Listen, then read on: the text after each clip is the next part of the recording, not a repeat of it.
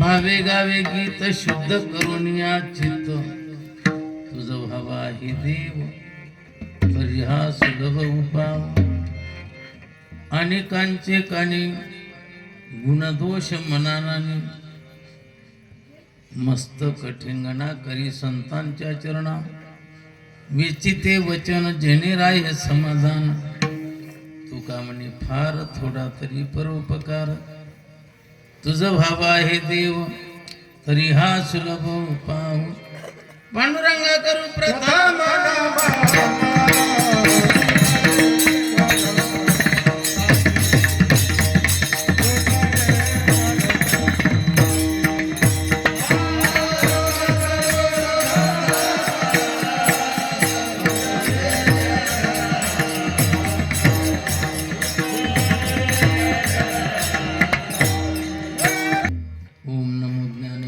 करुणा करा दयाळा तुमचा अनुग्रह लादलो पावन झालो चराचरी जयांचे केलिया स्मरण होई सकळ विद्यांचे अधिकरण तेचे बंधू श्री चरण श्री गुरूंचे ते नमस्कारून आता विठ्ठल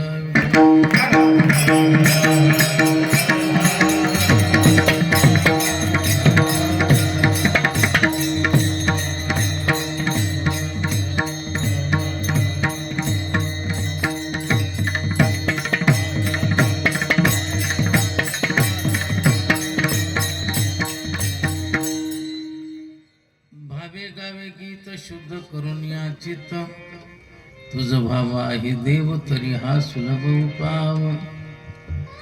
प्रस्तुत कीर्तन रूपी सेवेकरता घेतलेला अभंग देहूचे सुप्रसिद्ध साधू वैराग्याचे मूर्तिमंत पुतळे भक्तीची जिव्हाळी अशी असणारी तुकोबाराय यांचा 6 चरणाचा अभंग असून या अभंगामध्ये तुकोबाराय भगवत प्राप्तीचा सुलभ अतिशय सोपा उपाय या ठिकाणी सांगतात.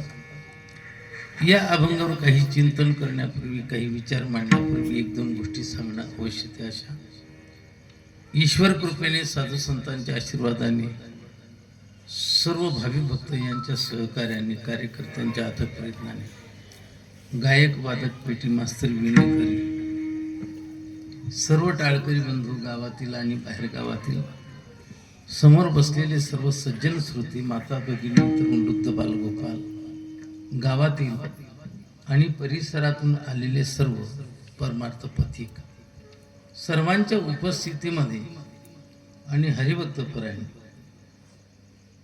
बालयोगी महाराज ऋषिकेशजी महाराज यांच्या कुशल नेतृत्वाखाली जगदंबा माता मंदिर या ठिकाणी गेल्या 26 वर्षापासून ही अखंड नाम साधना चालू आहे. आणि या अखंड नाम साधनेमध्ये 4थ्या दिवसाची सेवा माझ्या वाटेवर श्री हरिभक्तपरायण श्रीराम बापू आणि सर्व कार्यकर्ते यांनी दिलेली आहे. वेळेवर या ठिकाणी उपस्थित झालो. तुम्हा सर्व सज्जन मुलांचं दर्शन घडलं. सुंदर असे कोकिळांचे आवाज कानावर आले, खूप गोड. असं वाटतं की ऐकत राहावं. आणि पखवाज वादक परमेश्वर महाराज का रामेश्वर महाराज, हां रामेश्वर महाराज, परमेश्वर महाराज पहिले टाकले. रामेश्वर महाराज जे आहेत ते दुसऱ्या क्रमांकाला टाकले. आणि संकेत महाराज, रामेश्वर महाराज अतिशय सुंदरपैकी उत्साहपूर्वक पखवाज वाजवत आहेत. खरोखर कोणाच्या स्वरामध्ये सरस्वती आहे, तर कोणाच्या बोटामध्ये सरस्वती आहे, तर कोणाच्या वाणीमध्ये सरस्वती आहे, तर कोणाच्या पेटी वाजवणाऱ्या बोटामध्येही सरस्वती आहे, तर लाऊडस्पीकर हँडल करणाऱ्याच्याही हातामध्ये सुंदर अशी सरस्वती आहे. तेव्हा सर्व सरस्वती कृपा असलेले, प्राप्त असलेले सर्व या ठिकाणी गुणीजन, हार्मोनियम वादक इथं जे नाव आहेत ते सांगतो. अनिल महाराज, ज्ञानेश्वर पाटील, बाळासाहेब पवार, त्यापैकी तुम्ही दोघं हजर आहेत. पेटी मात्र एकच आहे. तर दोघांची उपस्थिती या ठिकाणी आहे. आणि गायनाचार्य म्हणून दगाभाऊ, चंदू महाराज, युवराज भाऊ आणि मदन अण्णा, विष्णू महाराज, निवृत्ती महाराज, रवींद्र महाराज, आप्पालाल महाराज, बरेच महाराज यांची सर्व टाळकरी गायक म्हणून या ठिकाणी उपस्थिती आहे.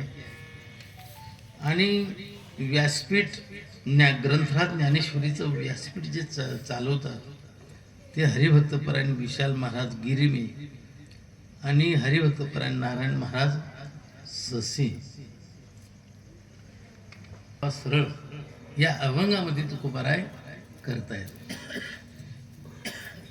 रामकृष्ण, तुमचं नाव घेऊन मोकळा झालो मी आणि तुम्ही नंतर आले.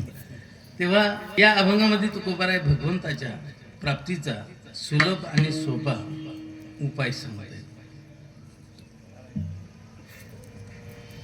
जीवनामध्ये भगवंत प्राप्त असेल तरच आपलं जीवन सुशोभित आहे. जीवनामध्ये जर कधी भगवंत प्राप्ती नसेल तर ज्यांच्या जीवनामध्ये भगवत प्राप्ती झाली नाही त्यांचं जीवन हे सुशोभित होऊ शकत नाही.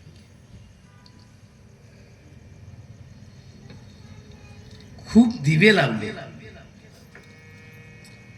खूप इतके दिवे लावले की कोट्यवधी नाही अब्जावधी एवढे दिवे लावले. अब्जावधी चंद्र उदयाला आलाय, अब्जावधी तारांगण त्यांचा लख प्रकाश पडला. तरी पण तुम्हाला सांगतो की त्या ठिकाणी पूर्ण निशीचा म्हणजे रात्रीचा नाश होईल का आणि दिवसाची बराबरी हे करू शकतील का? बोला ना. नाही, करू शकत नाही. तुम्ही अब्जावधी दिवे लावा, तुम्ही अब्जावधी चंद्र उदयाला येऊ द्या,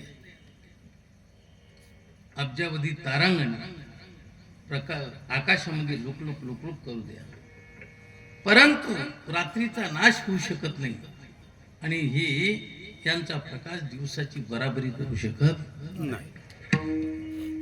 एक सूर्य उदयाला आल्याशिवाय रात्र जाऊ शकत नाही आणि दिवस त्याला म्हणता येऊ शकत नाही. त्याप्रमाणे तुम्हाला सांगतो, तुमचा आमचा उद्धार जर कधी व्हायचा असेल तो तुमच्या जवळ इथून तर 100 फूट उंच आणि 100 फूट लांब, नाही 200 फूट लांब, 100 फूट उंच आणि 200 फूट रुंद एवढ्या जरी 500च्या नोटात रचून ठेवल्या तरी पण या नोटांमध्ये तुमचा उद्धार करण्याची ताकद नाही. पूर्ण 5 तुमचे प्लॉट असतील तरी पण ते प्लॉट तुमचा उद्धार करू शकत नाही. जगामध्ये कितीतरी स्त्रिया तुमच्या दास्या असतील, कितीतरी संतती तुम्हाला प्राप्त झाली असेल रावणापेक्षाही, तरी पण तुम्हाला सांगतो तुमचा उद्धार त्याच्याने झाला असं होऊ शकत नाही. तुमचा उद्धार होण्याकरता तुमच्यावर भगवंताची कृपाच झाली पाहिजे आणि भगवंताचा साक्षात्कारच झाला पाहिजे आणि त्याचा साक्षात्कार झाल्याशिवाय तुम्हाला सांगतो आपला उद्धार होऊ शकत नाही.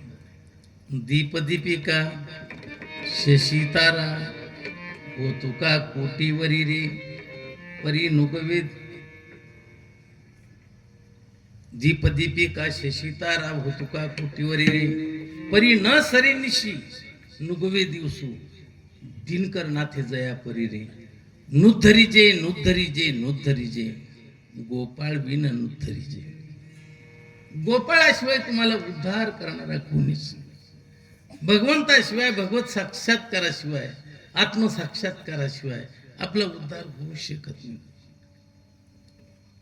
तुम्हाला सांगतो, नगर भ्रमण करता करता जरी जन्म गेला, कारण पूर्वीच्या काळामध्ये गावकूस असायची, गावकूस जाण्या येण्यासाठी एकच दरवाजा असायचा, गावकूस असायची, त्याला गावकूस म्हणायचे. त्याच दरवाजाने बाहेर पडायचं आणि त्याच दरवाजाने आत यायचं. असा जो दरवाजा आहे तो दरवाजा चुकल्यानंतर तुम्ही नगर भ्रमण करता करता तुमचा जन्म जरी गेला तरी तुम्ही एक तर नगराच्या आत बी येऊ शकत नाही, नगराच्या बाहेर बी जाऊ शकत नाही. तुमचा दरवाजा जर कधी चुकला तर. त्याप्रमाणे तुम्हाला सांगतो, कितीही यजन करा, याजन करा, सर्व गोष्टी करा, पण जोपर्यंत भगवान परमात्मा तुमचा स्वीकार करत नाही तुमचा उद्धार होऊ शकत नाही. आणि हे मनुष्य शरीर एक भगवत साक्षात्कारासाठी द्वार आहे, द्वार. आणि ते द्वार जर कधी तुम्हाला सांगतो विषयाचं सर्वण करण्यामध्ये आयुष्याची गाळणी करून टाकली, विषयाची सर्वणी केली आयुष्याची गाळणी, विषयाचं सर्वण करण्यामध्ये जर कधी या आयुष्याची चाळणी करून टाकली तर तुम्हाला सांगतो बाकीच्या जन्मामध्ये उद्धार करून घेण्यासाठी काहीही पर्याय नाही, काहीच. मग हा जन्म जर कधी वाया गेला तर उपयोग काहीच होणार नाही. मग हा जन्म वाया जाणार नाही याची जास्त काळजी. पण कीर्तनकार बी काळजी घेत नाही, भागवताचार्य बी काळजी घेत. लोकांना फक्त सांगण्याच्या बाबतीमध्ये तत्पर असतात, पण लोकांसांगी ब्रह्मज्ञान स्वतः आपण पहाटे तुमच्या ज्ञान सांगे लोकाला. पुढचं म्हणून घ्या तुम्ही. ग्रंथ भरोवारी केले पाठांतर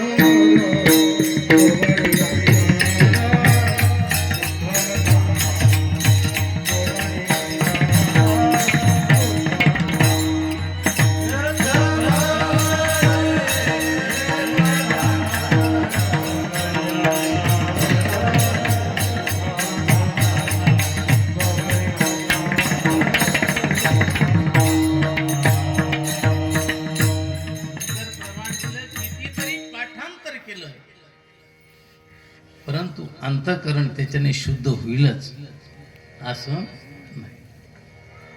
मग गाथा पाठ असलेली माणसं कधी कधी चुकीचं वर्तन करताना दिसून येतात. ग्रंथराज ज्ञानेश्वरी वाचन करणारी मंडळी कधी कधी चुकीचं वर्तन करताना दिसून येतात. मग किती पाठांतर केलं तरी पण अंतःकरणाची शुद्धी होईल असं नाही. आणि अंतःकरणाची शुद्धी झाल्याशिवाय भगवत प्राप्ती होऊ शकत नाही. तुम्हाला सांगतो, सर्व शरीर खूप चांगलं आहे, पण त्याच्यामध्ये जीवच नाही. उपयोग काय? सर्व शरीर चांगलं आहे, परंतु त्याच्यात जीवच नाही. उपयोग काय? नदी खूप चांगली आहे, पण त्याच्यात पाणीच नाही. उपयोग काय? शरीर आहे, परंतु त्याला शीर नाही. उपयोग काय? त्याप्रमाणे तुम्हाला सांगतो, जीवन आहे, परंतु ज्या जीवनामध्ये परमार्थ नाही, ते जीवन काय? बाईच्या कपाळाला कुंकू पाहिजे, तर त्या कुंकुनी तिची शोभा आहे. मंदिरामध्ये देव पाहिजे, देवासमोर दिवा पाहिजे, म्हणजेच त्या मंदिराची शोभा आहे. पण जर कधी त्या मंदिरामध्ये देव नसतील, दिवा नसेल, ते मंदिर कसं वाटतं? कोणार्काचं मंदिर पाहून या. त्या मंदिरामध्ये सूर्य मंदिर तयार केलं, त्या मंदिरामध्ये मूर्ती बसवल्या गेली नाही, तर सर्व बुटासकट जातात आणि फक्त मंदिराची कलाकृती पाहतात, पण कोणाची हात त्या ठिकाणी झुडत नाही आणि कोणाचंही मस्तक त्या ठिकाणी टेकल्या जात नाही.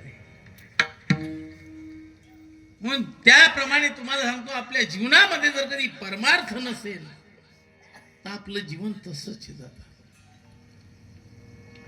नदी छोटी का असे ना, त्याच्यात पाणी पाहिजे. नदी तापी एवढी आहे. तुम्ही मध्य प्रदेशामध्ये जा, तवा नावाची नदी, तवा इतकी मोठी आहे की कंप्लीट तुम्हाला सांगतो 2 ते 3 किलोमीटरचं पात्र आहे. पण त्या नदीमध्ये पाण्याचा थेंबही नाही. त्या नदीची शोभा आहे का? त्याप्रमाणे तुम्हाला सांगतो, ज्या जीवनामध्ये परमार्थ नाही, ज्या जीवनामध्ये भगवत साक्षात्कार नाही, ज्या जीवनामध्ये सदाचरण नाही, ज्या जीवनामध्ये आस्तिकता नाही, ज्या जीवनामध्ये भाव नाही, ते जीवन बिना पाण्याच्या नदीसारखंच आहे. म्हणून आपल्या जीवनामध्ये भगवत साक्षात्कार हा अतिशय महत्वाचा आहे. तुम्हाला सांगतो, कितीही डोळे मोराच्या पिसाराला असले, पण स्वतःची पुढची 2 डोळ्याची नजर जर कधी नसेल, तर बाकीचे डोळे काय कामाचे? काय कामाचे? बाकीचे डोळे नाही, म्हणजे 2 डोळे नाही पुढचे, आणि बाकीचे पिसाऱ्यावरचे डोळे खूप आहे.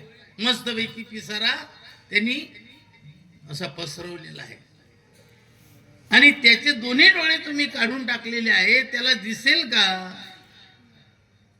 त्याला दिसणार नाही. ते 2 डोळे का महत्वाचे आहे, बाकीचे डोळे महत्वाचे नाही. त्याप्रमाणे तुम्हाला सांगतो, प्रत्येकाच्या जीवनामध्ये परमार्थ महत्वाचा आहे, बाकीचा विकास काहीच महत्वाचा नाही. बाकीचा विकास करू नका असं माझं म्हणणं नाही, पण तो विकास करत असताना तुमचं जीवनाचं वाटोळ होऊन राहिलं, त्याच्याकडे तुमचं दुर्लक्ष आहे. त्याकडे आपलं पूर्णपणे लक्षच नाही. अजिबात उपयोग आहे. तुम्हाला सांगतो, जो भगवंताचा साक्षात्कार करून घेतो, जो भगवंताला जाणतो, तो ब्राह्मण आहे. जानवं घेऊन फिरणारा आणि पंचांग सांगणारा आणि तिथ्या सांगणारा आणि सत्यनारायण करणारा आणि सत्यनारायणाची पोथी वाचणारा तो ब्राह्मण आहे असं नाही. कृपण तो आहे की जो कोणालाच काही देत नाही, त्याला कृपण आपण म्हणतो, परंतु शास्त्र त्याला कृपण म्हणत नाही. कृपण तो आहे की ज्यांनी भगवंताला जाणलं नाही. म्हणून एतद्वा अक्षरम गार्गी अविदित्वा अस्मान लोकान प्रेती स कृपणः. जो भगवान परमात्म्याचा साक्षात्कार न करून घेताना ये लोकाची यात्रा संपवतो आणि परलोकाला जातो, तो कृपण आहे. आणि योवा येतद अक्षरम गार्गी विदित्वा अस्मान लोकान प्रेती स ब्राह्मण. गार्गी नावाची एक विद्वान स्त्री होऊन गेली. उपनिषदामध्ये तिचं नाव आहे. ती चांगल्या विद्वान लोकांना प्रश्न करायची आणि चांगल्या लोकांना गटांगड्या खायला लावायची. तिचं नाव गार्गी होतं. गार्गी. ज्या वेळेला जनक राजाने सोन्याच्या श्याम्या शिंगाला सोन्याचे पैंजण गायींना, सोन्याच्या गेजा गायींना, आणि तुम्हाला सांगतो प्रत्येकीच्या अंगावर चांगल्या प्रकारची झूल, आणि प्रत्येक गाय व्यालेली दूध देणारी, आणि तिच्या खाली वासरू, आणि त्या वासरूच्याही पायाला सोन्याचं पैंजण आणि त्यालाही सोन्याची गेज, अशा त्यांनी 1 कोट गायी दान करायच्या ठरवलं. एवढं दान मिळणार त्या ठिकाणी साधू संत कमी येतील का? तुम्हाला सांगतो, इतकी गर्दी. कोणाच्या दाढ्या पायाखाली येत होत्या, कोणाची जटा इथून तर ते खुर्चीवर बसलेले आहेत ना इथपर्यंत लांबलेल्या होत्या. त्या धरून जवळजवळ 10 शिष्य चालत होते. एवढ्या मोठ्या मोठ्या जटा. कोणाची बोटाच्या याच्यावरच त्या नखाची गुंडाळी झालेली होती. कितीतरी तपस्वी, कितीतरी आयुष्य त्यांचं तप करण्यामध्ये जाणार, आणि अशी सर्व कितीतरी साधू त्या ठिकाणी आलेले होते.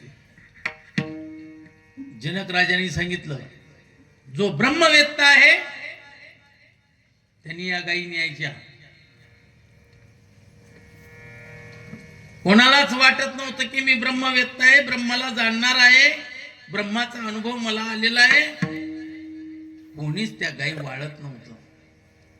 त्या वेळेला याज्ञवल्क्यांनी सांगितलं शिष्यांना, या गायी आपल्या आश्रमाकडे घेऊन चला.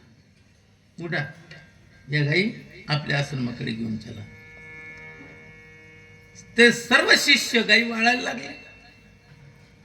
त्या वेळेला गार्गी उभी राहिली आणि याज्ञवल्क्याला म्हणते की तम ब्रह्मनिष्ठोसी, तू गायी वाळून येतो, तू ब्रह्मनिष्ठ आहे का?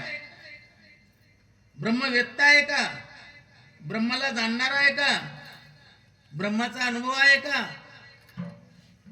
त्यांनी सांगितलं, मला ब्रह्माचा अनुभव आहे का नाही मला माहिती नाही, पण गायी वाळून नेणं माझं कर्तव्य आहे, तेवढे मी नेतोय. कारण त्या ठिकाणी जर कधी म्हणलं असता मी ब्रह्मवेत्ता आहे, त्या ठिकाणी नापास होत होता, त्या ठिकाणी फजिता होत होती. सर्व साधू म्हणायला लागले, याला 2 बायका मैत्री आणि कात्यायनी 2 बायकाचा हा पती आणि हा गायी नेतोय. हा ब्रह्मवेत्ता कस काय? म्हणून ती गार्गी उभी राहिली आणि म्हणायला लागली, तुम्ही ब्रह्मवेत्ते आहेत. असं जर कधी वाटतं तर मग ह्या गायी तुम्ही नेता, तुम्ही ब्रह्मवेत्ते आहेत का? त्यांनी सांगितलं, मी ब्रह्मवेत्ता आहे का नाही मला माहिती नाही, फक्त गायी नेणं माझं कर्तव्य आहे, तेवढं मी करतोय. मग तिचं समाधान झालं आणि तिनं प्रश्न विचारला, महाराज या जगामध्ये ब्राह्मण कोण आणि या जगामध्ये कृपण कोण? त्या वेळेला त्या प्रश्नाचं उत्तर देत असताना याज्ञवल्क्य म्हणतात, योवा येतद अक्षरम गार्गी अविदित्वा अस्मान लोकान प्रयत्वी स कृपणः. योवा येतद अक्षरम गार्गी विदित्वा अस्मान लोकान प्रयती स ब्राह्मण. अरे जो भगवंताचा साक्षात्कार करून न घेताना मरतो तो आहे कृपण. आपण कृपण कोणाला म्हणतो? चमडी जावो मगर दमडी ना जावो, याला आपण कृपण म्हणतो. नाही तर मक्खी चूस. माशी जर कधी तुपामध्ये पडली तर ती घ्यायची, काढायची, पण तशीच फेकायची नाही, तिला अशी चोळायची, तिचं पुरं रसपट काढायचं आणि नंतर हाताला लागलेली तूप वायाला जाय नको आणि म्हणून चोखून घ्यायची. याला म्हणतात मक्खी चूस. याला आपण काय समजतो? कृपण समजतो. पण शास्त्र त्याला कृपण समजत नाही हो. शास्त्र त्याला कृपण समजत नाही.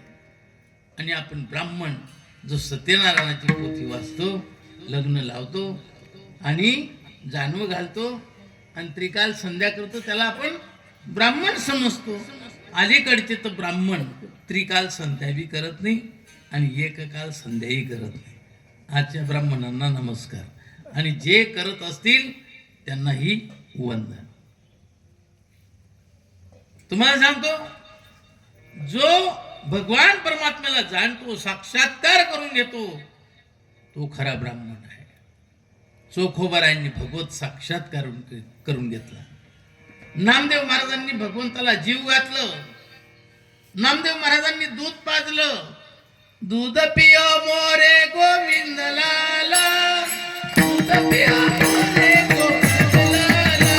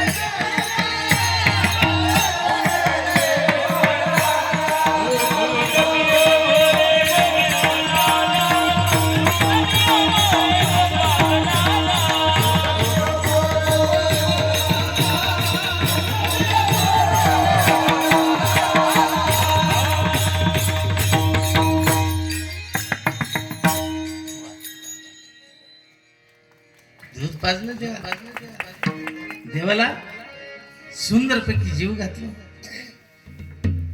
दामू शेट्टी म्हणत होते, मी किती दिवसापासून देवाला उपाशी ठेवली, माझ्या लेकाने देवाला जीव घातला. म्हणजे त्यांनी प्रभू साक्षात्कार करून घेतला.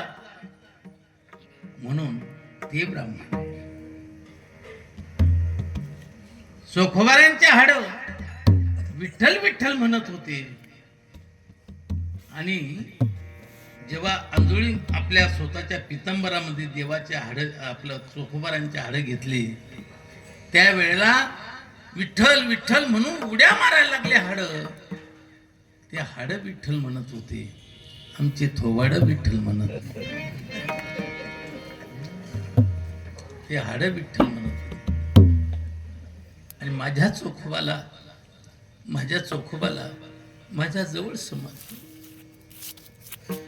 की पहिलं दर्शन माझं नाही, माझं दर्शन पहिलं नाही, पहिलं दर्शन चोखोबाच. एवढी हरिजनांना किंमत भगवंतांनी दिली. आमचे चोखोबार आहे हरिजन. पण आज प्रत्येक जण पहिलं दर्शन कोणाचं घेतात? चोखोबा राहायचं. दुसरं दर्शन नामदेव महाराज. नामदेव महाराज कोण होते? शिंपी होते. दुसरं दर्शन त्यांचं. आणि तुम्हाला सांगतो, तिसरं दर्शन सुतार समाजाची जळोजी मळोजी यांची समाधी त्यांची. आणि नंतर मग गरुड हनुमंत, आणि नंतर पुढे भगवंताचं दर्शन. म्हणजे किती अधिकार या लोकांचा. कानोपात्रा. पण कशामुळे? नंतर कानोपात्रा. पहिली दर्शनाची पद्धत, आता दर्शनाची पद्धत बदलवली जाते. म्हणून दादा, ज्यांनी प्रभू साक्षात्कार करून घेतला तो कोणी जरी असला तरी तो ब्राह्मण आहे. आणि ज्यांनी प्रभू साक्षात्कार करून घेतला नाही तर तो ब्राह्मण नाही, तर तो कृपण आहे. म्हणून प्रभू साक्षात्कार जीवनामध्ये अतिशय महत्वाचा आहे.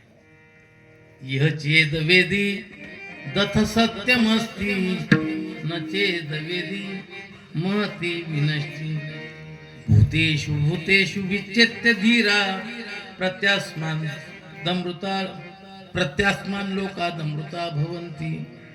शास्त्र तुम्हाला सांगतो, ज्यांनी भगवंताला जाणलं, हे चेद वेदी दत्त सत्यमस्ती, त्यांनी खरं सत्य जाणलं. आणि ज्यांनी सत्य जाणलं तो सत्य म्हणूनच राहिला, त्याचा कधी विनाश झाला नाही, कारण त्यांनी सत्य जाणलं. जो सत्य जाणतो त्याचा विनाश कधी होत नाही, कारण त्याचं ब्रीद वचन आहे, अविनाश करी आपुली आईसे लावी मना पीसे.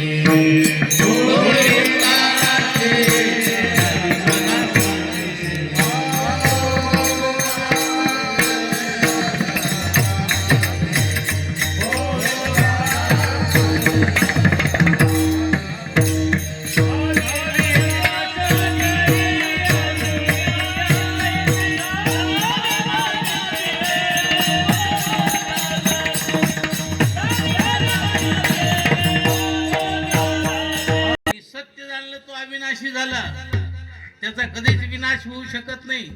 भगवान परमात्मा जसा अविनाशी, त्याप्रमाणे त्याला जाणणाराही अविनाशी. आणि भगवान परमात्मा अविनाशीचे. अविनाशी तद्विधी येन सर्वमिदम ततत. आणि तुम्हाला सांगतो, जो भगवंताचा अधिकार किंबहुना त्याच्याही पेक्षा त्याला जाणणाऱ्याचा अधिकार हा जास्त राहतो. म्हणून सत्य जाणलं पाहिजे.